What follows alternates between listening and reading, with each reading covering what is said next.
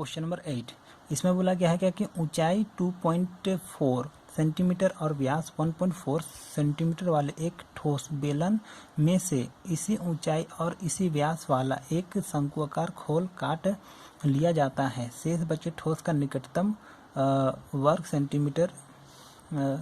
Centimetre तक पृष्ठ क्षेत्रफल ज्ञात कीजिए। तो इसमें कैसे बोला है इसको चलिए देखते हैं।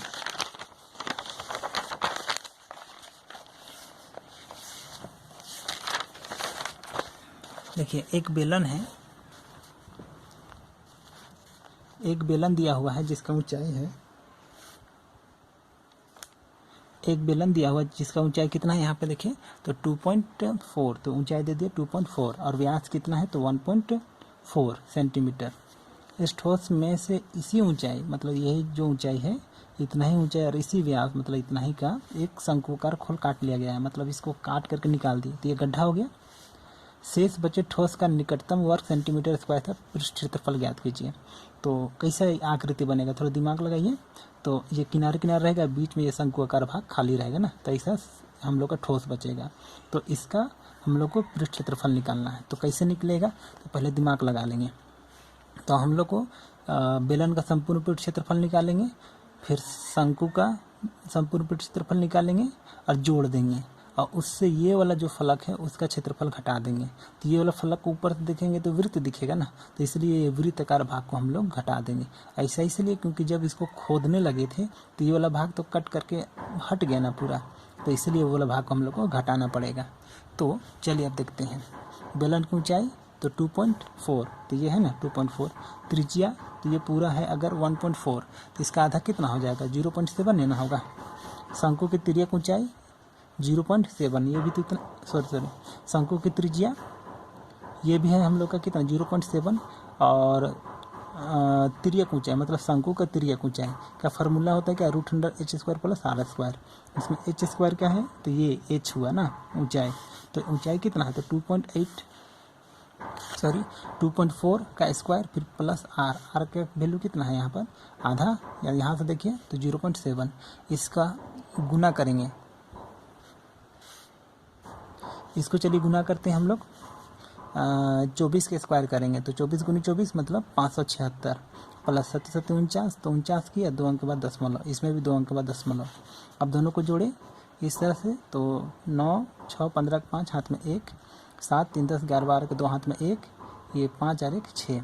इसका वर्गमूल निकालेंगे तो 625 का वर्गमूल कितना आता है 25, और 2 अंक का अगर वर्गमूल निकलता है तो 1 अंक के बाद पॉइंट लग जाता है, तो इसलिए यहाँ पर पॉइंट लग गया। अब देखते हैं शेष बचे ठोस का पृष्ठ क्षेत्रफल। तो शेष बचे जो ये बच रहा है, ये जो खोल बन रहा है इस या ये ठोस जो बन रहा है इसका हम लोग को पृष्ठ क्षेत्रफल निकालना है।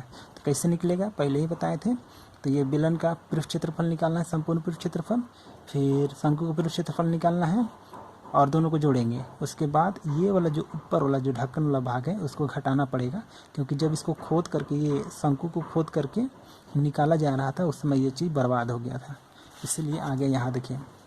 तो बेलन का संपूर्ण पृष्ठ क्षेत्रफल तो 2πr × r + h, ये हो गया क्या बेलन का संपूर्ण पृष्ठ क्षेत्रफल, प्लस πrl, πrl क्या चीज़ दिखा रहा है तो ये जो शंकु है ना इसका वक्र पृष्ठ क्षेत्रफल, माइनस πr²। तो πr² क्यों, क्योंकि ये वाला जो भाग है वो कट करके निकल रहा है इसलिए।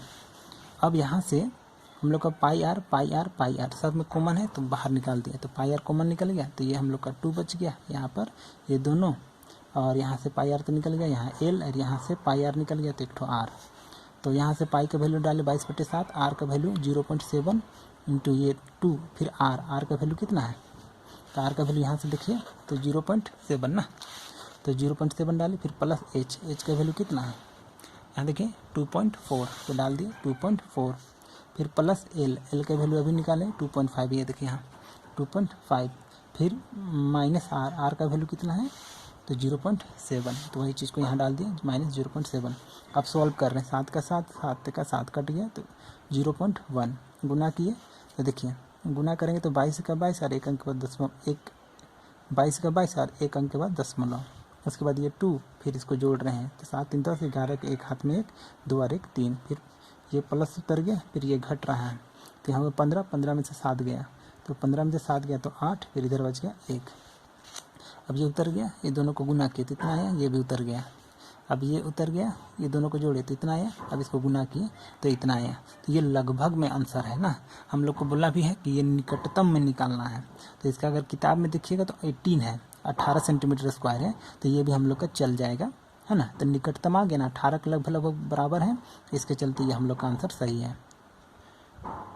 तो चलिए अब मिलते हैं अगला क्वेश्चन पे।